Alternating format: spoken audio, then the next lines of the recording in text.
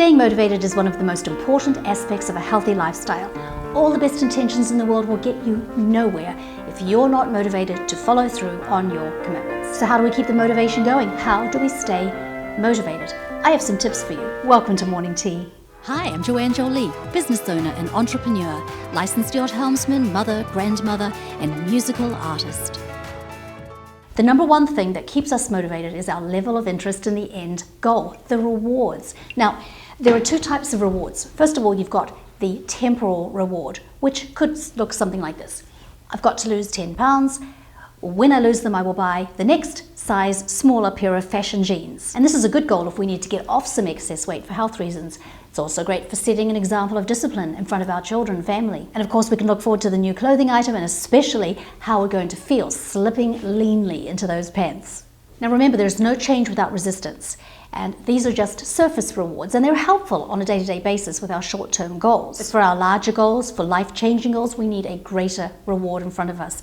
And that only comes from having purpose, having a life with meaning. When our goals have a greater purpose than just a temporary good feeling or some material reward, then motivation is much stronger, and it will sustain us through plateaus and dry periods, and that resistance that stretches itself tight like the rubber band that wants to snap us right back to where we started.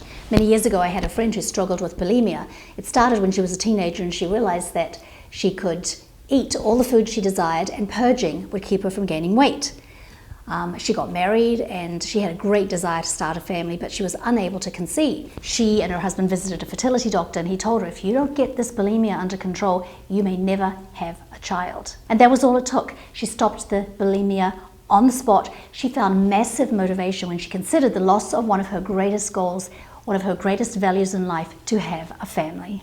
So what are you living for? Without purpose, motivation is just going to blow away like dust in the wind as soon as things get tough. Now is the time to reevaluate your values in life. Make sure that the choices you've made to this point and the ones that you have coming up really do line up with what matters to you, what brings meaning and purpose to your life. The second way to keep motivation is to manage the stress. Now, stress is generally regarded as a bad word, but it's not necessarily a bad thing at all.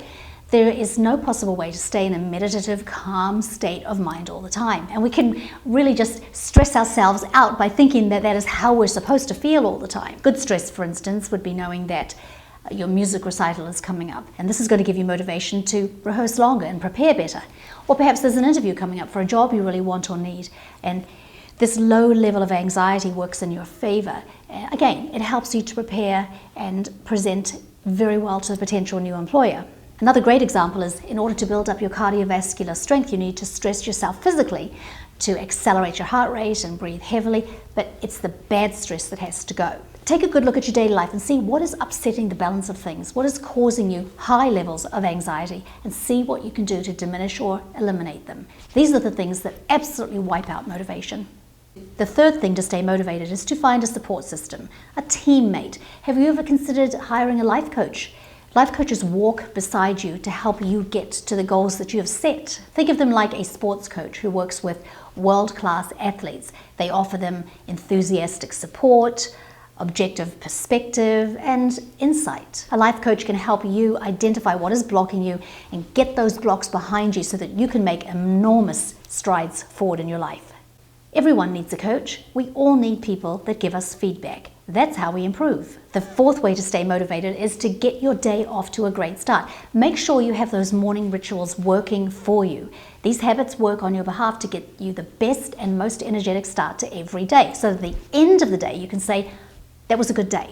I did what I said I would. I stayed on track, and I am one step closer to achieving my goal. Check out my video on rituals. I'll put a link in the comments below, and you'll find some tips for getting your rituals perfected and working for you. Number 5 for staying motivated is to mix up your tasks. Every day there are things we do that we look forward to, and then there are things that we have to do that we just aren't. So my habit is to start out my day working on a task that's really pleasant, and then I will take a break from that, get over to the other one where I can just knock it out, get it off the table, and then get back and finish up the one that I enjoy doing. Number 6 to keep motivated is to tap into the flow of inspiration.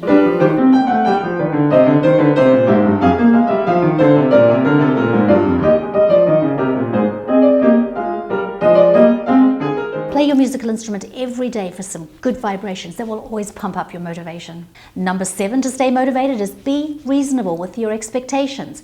If your expectations are too high, you're just going to bring stress and unhappiness upon yourself when you can't meet them. So set that big goal. Say, I'm here now, 6 months from now I want to be there, and then break it down into manageable steps that you will take to get there. The smaller goals with those temporal rewards to keep you moving. Number 8, to stay motivated, be on the alert for the obstacles that will roll into your path. Look out for the infiltrators. These people who with the best of intentions will dilute your efforts and deflate your motivation. You know, when you get rolling, when you get into the zone, doesn't it seem like these things draw to you like a magnet? Disturbances that arrive to derail the flow of thought. I've learned to do an eyeball to eyeball. For the next 45 minutes, I don't exist.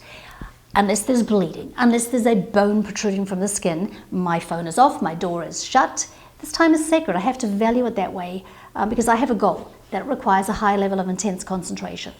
So there's my 8 tips for staying motivated. What do you do to stay motivated? I'd love to know. Please write in the comment section below for the benefit of all of us. And thank you so much for being here, and I look forward to seeing you next time. Without the hardship, where would be the trial?